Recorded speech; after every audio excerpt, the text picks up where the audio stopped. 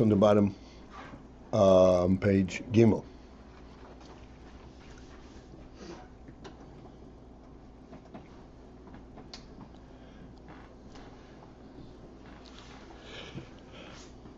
So the Rebbe is explaining to us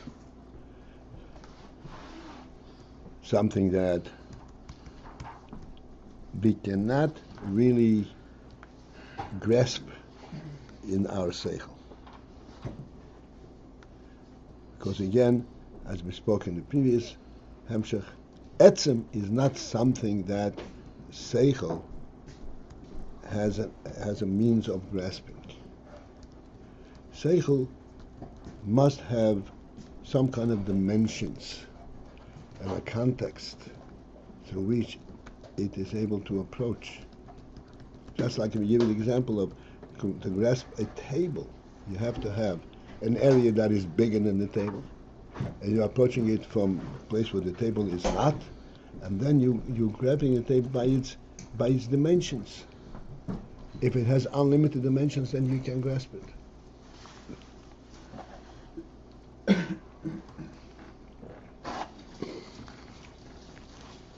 This is a principle that applies to any situation where you have a relationship between two separate things.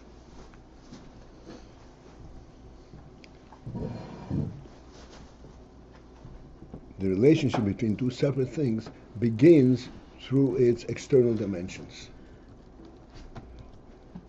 Like we greet a Yid, how do you greet him? You say Shalom Aleichem. How do you ultimately express that Shalom Aleichem? You give him a handshake. The handshake is that external means by which you're connecting.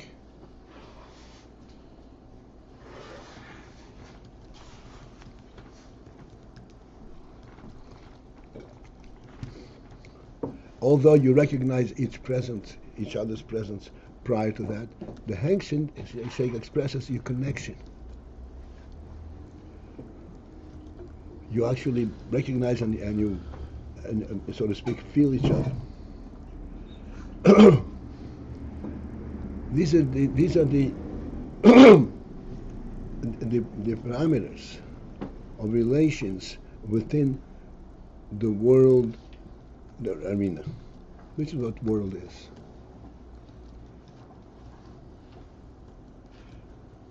Even when two things form ultimately one thing, like we have in our example, we always speak about a table. And the table consists of a board with 4 legs. These are 4 individual legs, and they connect in some means that allows them to connect, and then it becomes a table. So then they all form to ultimately accomplish one entity.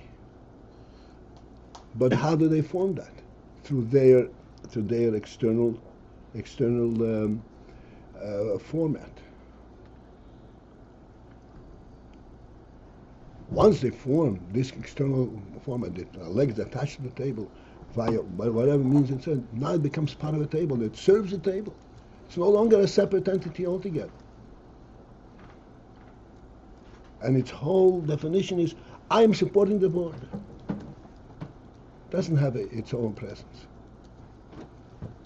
But in order to get there, it is by identifying its own presence.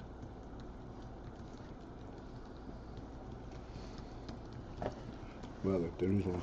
Thank you. Oh, thanks.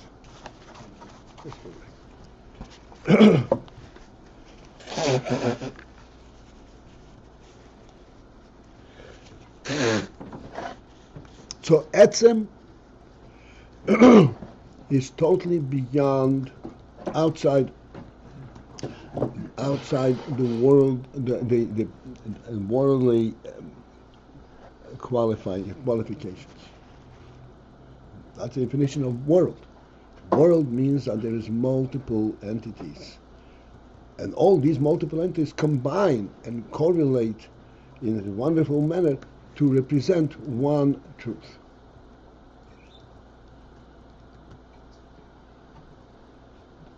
But when we speak about oneg is not within a worldly context.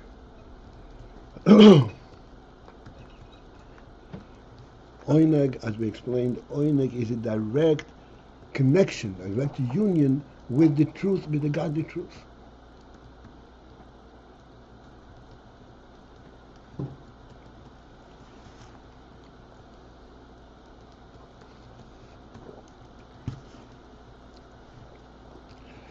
Therefore, this is not what I explained. It's not called a gilui. It's not. Gilui means bimisgale in a worldly arena. It's not gilui.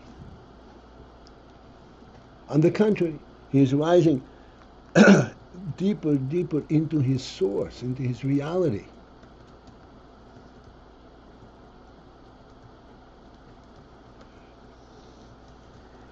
Coming back to our extremely simple example, but very useful, the table. When you actually sit around the table, you actually feel its service, its effect, and its enrichment on your life. It is not by the experience of the service that it provides you. It's going back to the very essence of the concept.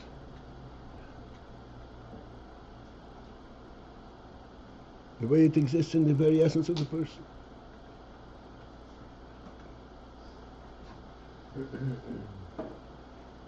On the contrary, when the table is actually used, so to speak, to hold your plate, then you're looking at the table as a as a means of holding your plate.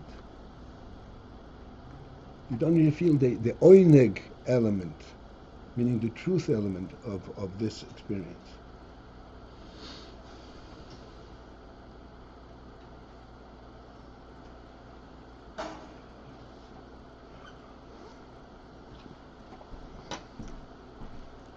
This is what Tainuk, okay, 3 lines from the bottom.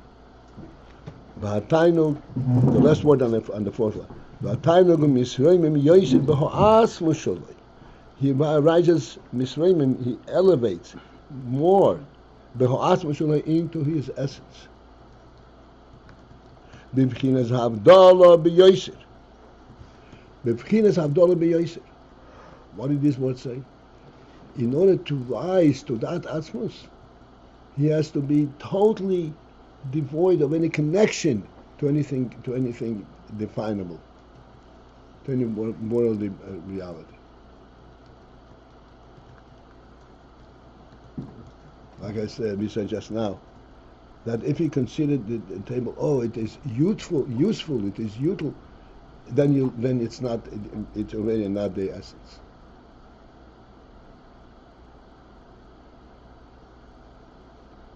In order to experience the tainug of anything, you have to rise. It is by rising out of any kind of experience, of an external experience, of an external benefit. Therefore, this is not to be considered gilui. And this is what the Rebbe is explaining, taking great pains to explain to us, that gilui must have a subject, must have something that it connects to. Tainuk does not have anything that it connects to. Therefore, this is not called gilui. That's what the whole discussion over here. Gilui means that he has to have a shaychus to something through which he expresses himself.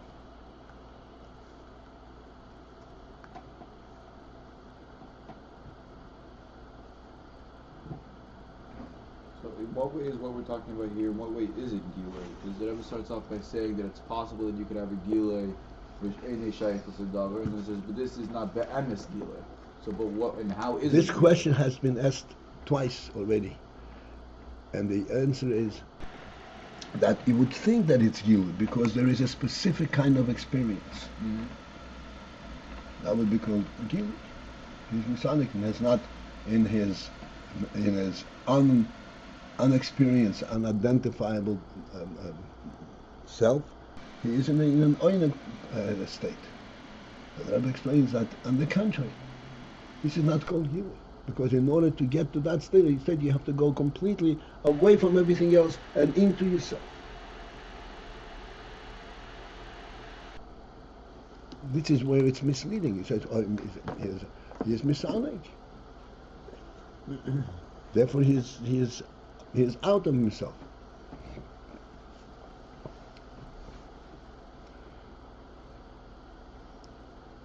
He's experiencing something.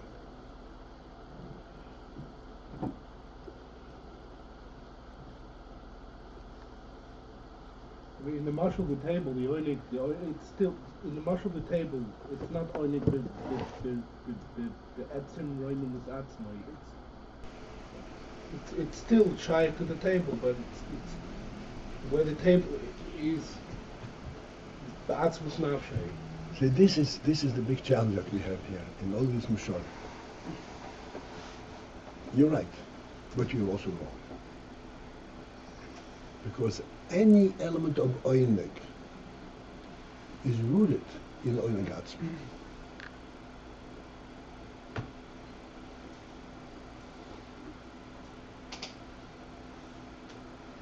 It's true that here we have a circumstance that allows for this oneg.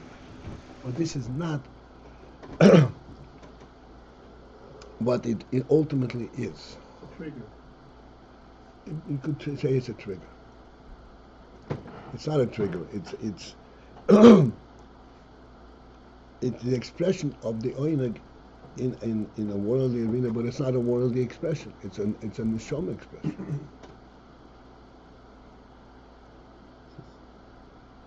Similar to what we had in the last Mahemshach, or even when it comes down to It remains oil.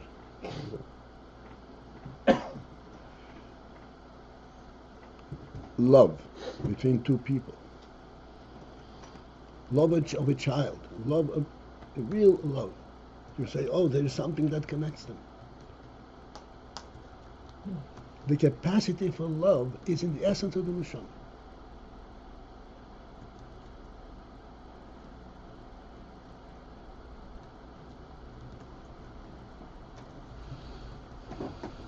If a person's orientation is solely based on his worldly presence, there is not real love. There cannot be. Alter Rebbe says in Tanya, and we're coming to it, right? Oisim gufam iker, v'nafsham tfeilo, yefshe sheyeh aba achiba amitis b'nei. Kim hatole b'dov.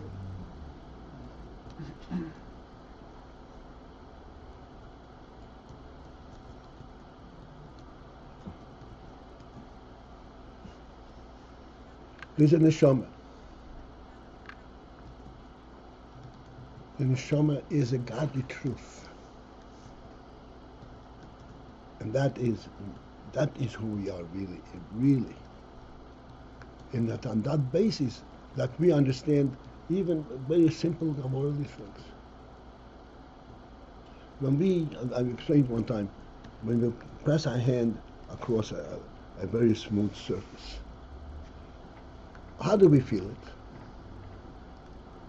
It does not interfere with our physical. When you move something and there is something that actually stops your finger, okay, it's something there. Something extremely smooth.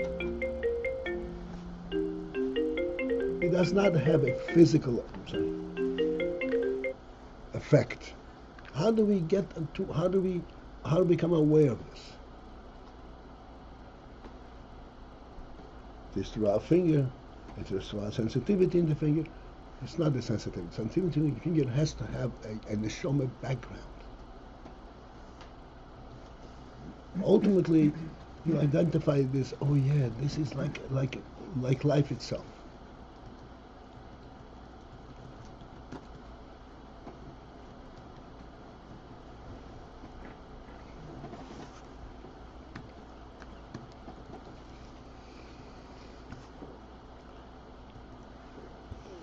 Okay, we have to stop at some point. Let's go.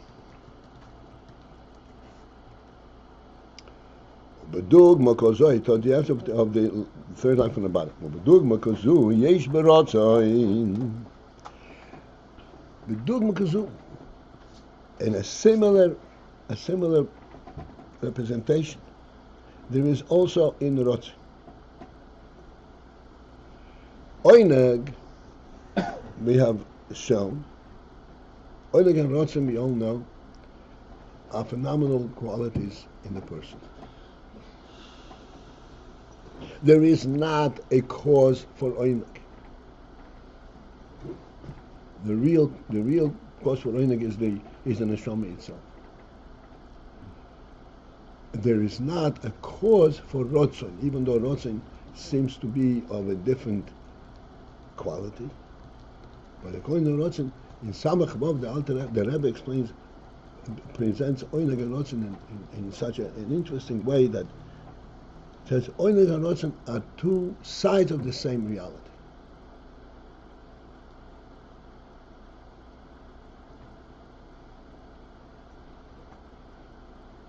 There's the oneg way and there's the rotzon.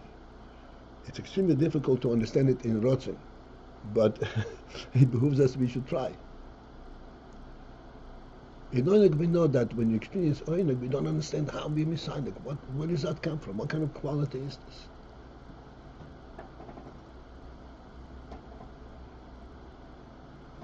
Rotzon seems to us to be totally explainable. We have to know that rotzon is on par with oneg. In the terms that we discuss just now, the oneg from a table, and we say it's all based on the essential rotzon. Any rotzon is based on the essential rotzon. Yes, I want this, I want this. I want to eat. Is also based on the Indian that there is the essential rotzon. I want to live. I want to be. And it's not to be. It is a rotzon that is drawn from the reality of the nefesh.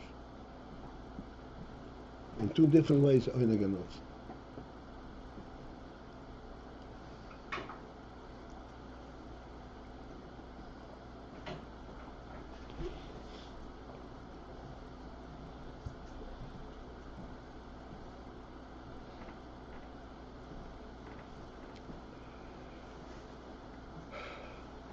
As an introduction to rotzon, perhaps, we spoke quite extensively on the principle of Bruim Shebiyam and Bruim Shebiyam Bosh. And we pointed out, Bruim Shebiyam, they have a direct connect, a union with their source, with their reality. Bruim Shebiyam Bosh are separate entities. But in effect, in real sense, Bruim Shebiyam Bosh have a deeper sense of their source than the Bruim Shebiyam.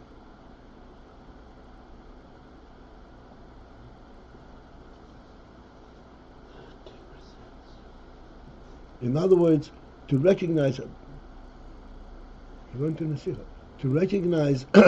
to choose something that's separate from you, that is a deeper union than that which you're relating to as a matter of a natural thing.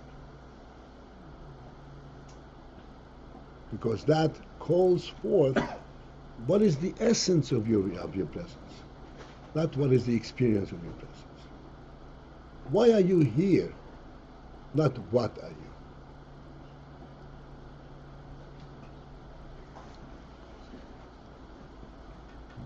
So therefore, the Rebbe says, Shehu merutza. What is rotzin? It's a merutza. Merutza means a moving out, a running out, moving out.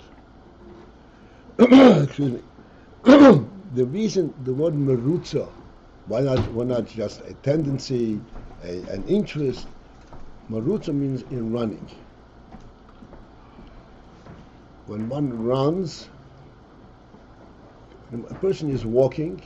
You may be walking to a destination. You may be just taking a walk.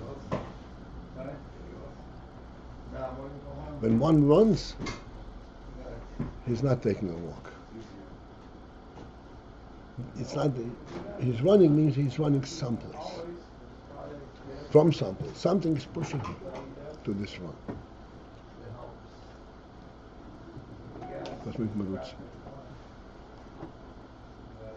In other words, the Rotzain has a force behind it in the nefesh.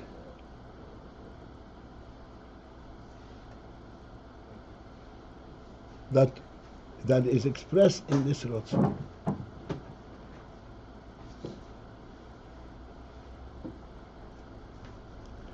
Bahainu, which is Loi sheroitze be'eze dobor.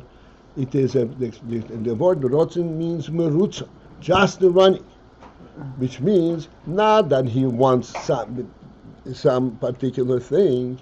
Kiyim masha hu merutza. Only the fact that he is in a state of merutza,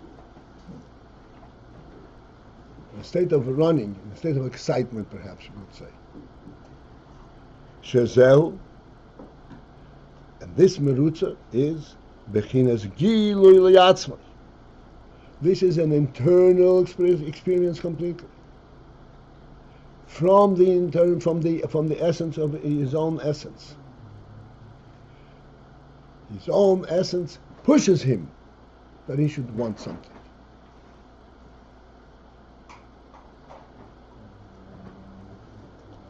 Not because there is an external solicitation or beckoning.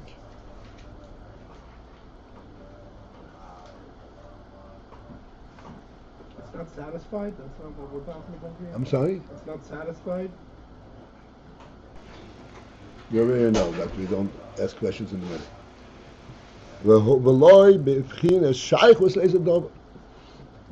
He does not represent the aspect of shaykhus, of any kind of connection, relationship to something. There is not a relationship to anything. The rotzin is completely contained internally to the nefesh. Even though he is running, he has to be running someplace. He says no. It's contained completely internally. It's not running to anything. Not because he has shaykhus to anything. This is rotzin.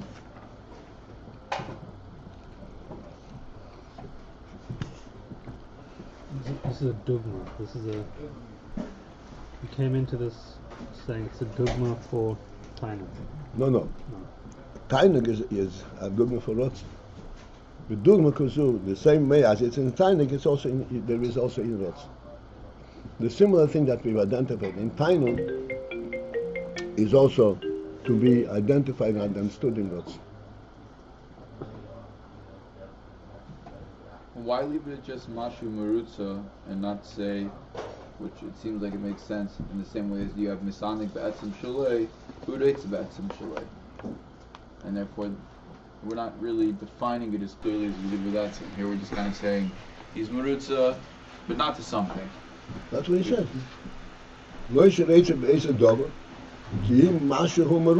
It expresses, just like in oneg. It's expressed in oneg not because he's connected to anything. Yeah, but in Ayin we say very explicitly, what is it that he's misanig if he's not misanig in something? He's misanig be'etzem shalei. But by Ratzin, we just kind of leave it as a... Okay. Again, you have to focus in and understand the words that you're saying. You have the etzem. What are you misanig about? You have it.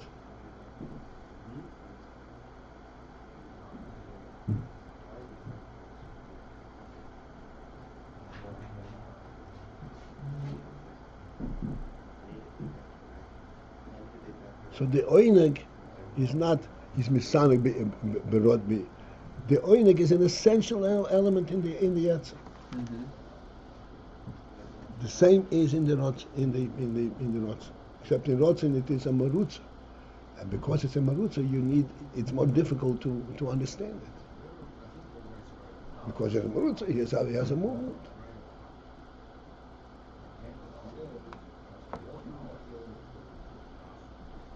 Let's go back to the men in the gutter. And these are not things which are possible to actually present, but we all have seichel, we all have neshamas. The men in the gutter. If you drew him out of the gutter, with all these protestations, he would definitely appreciate, he would definitely have delight in some kind of a human experience. Just from the fact that, oh, I am a human being. In that same sensation, there is also, this is what I want. While he is screaming, leave me alone, I'm satisfied over here.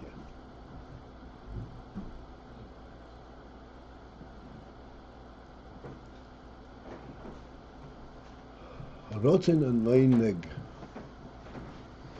are called koiches, but they're called koiches makifi.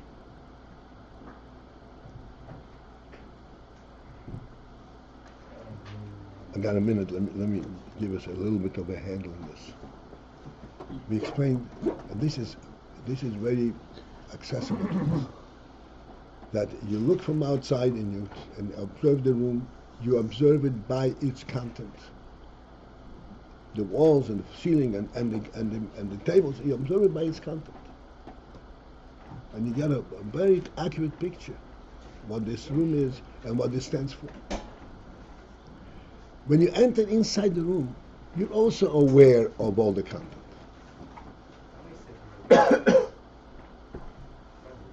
But there you're not aware of the content one by one. Somehow you become aware of everything that's in this room instantaneously. And not because you observe it all, but because you're part of it. This is called makif. You're within the makif of the room.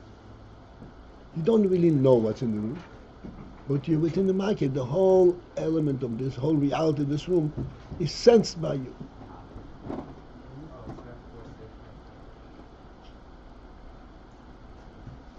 It's very, very important to understand that we have what's called koiches makif. Like we say all the time, that when a person walks in the street and he encounters a wall, it's never a wall. It's a house. It's a reality. And it's a house not because he said, oh, there are 4 walls, and I've seen, oh, this must be a house. That is the only thing he can relate to. And if he encounters a wall that is not a house, he says, oh, this must be a beginning of a house.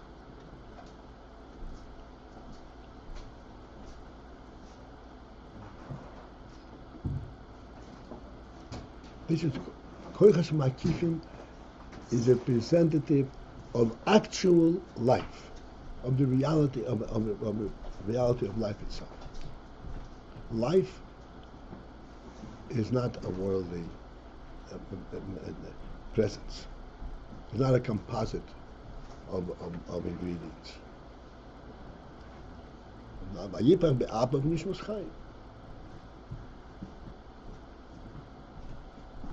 We have it. And this oneg and rotzen are, so to speak, direct manifestations of this life.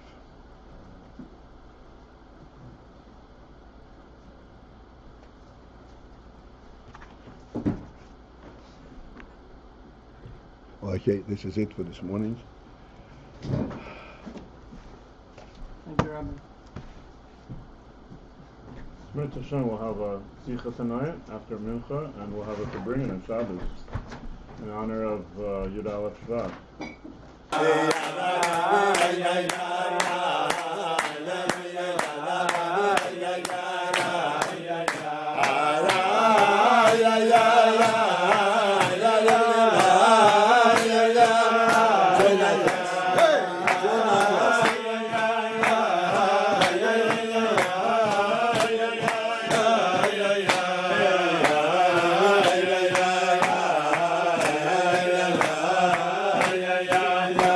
la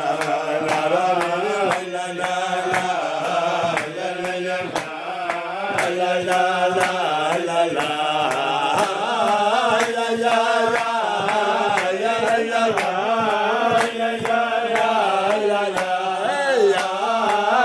yeah.